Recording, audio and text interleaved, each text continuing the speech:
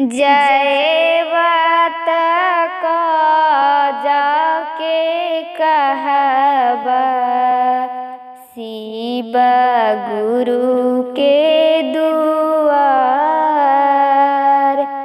जयवत का जाके कहबा शिव गुरु के दुआर। जयवत का जाके कहबा शिव गुरु के दुआर। शिव गुरु के दुआर।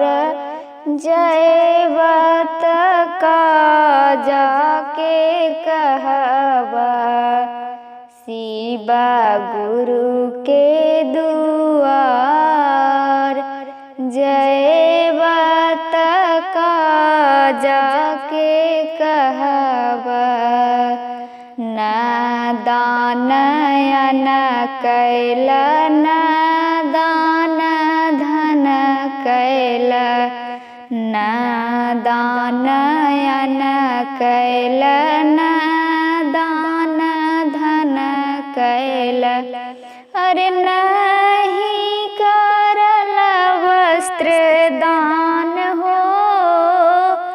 अरे नहीं करल वस्त्र दान।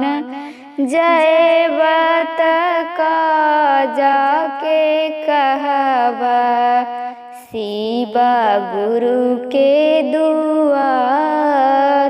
जयवत का जाके कहबा शिव गुरु के दुआर। जयवत का जाके कहबा न दान तीर्थ कैल न दान व्रत कैल। न दान तीर्थ कैल न दान व्रत कैल। नहीं करल गौआ दान हो। अरे नहीं करल बछिया दान। जयवत का जाके कहबा शिव गुरु के दुआर।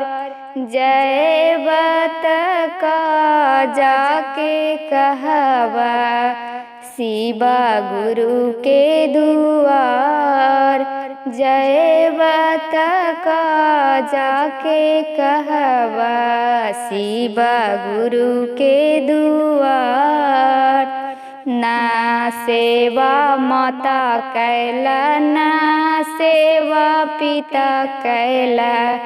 ना सेवा माता कैल न सेवा पिता कैल। अरे नहीं करल पूजा पाठ हो।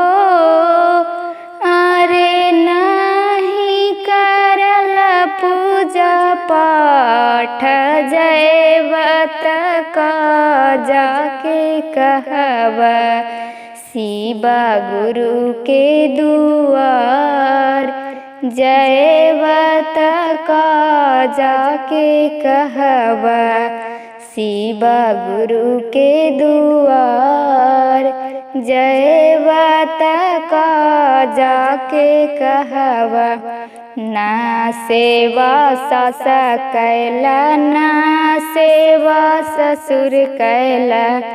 ना सेवा सास कैल न सेवा ससुर कैल। अरे नहीं तू गेल चारो धाम हो।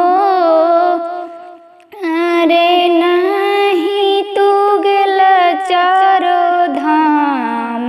जयवत का जाके कहबा शिव गुरु के दुआर। जयवत का जाके कहबा शिव गुरु के दुआर।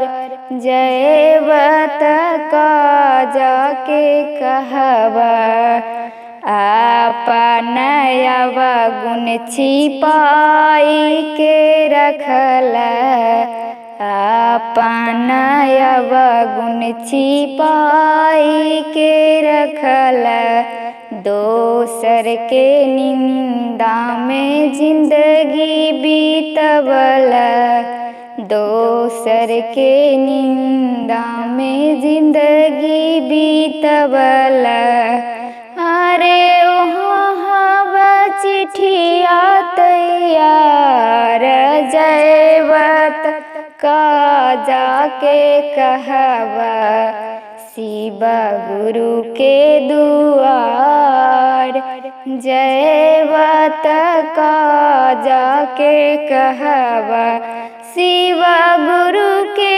दुआर शिव गुरु के दुआर शिव गुरु के दुआर जयवत का जाके कहवा शिव गुरु के दुआर जयवत का जाके कहवा शिव गुरु के दुआर जयवत का जाके कहवा।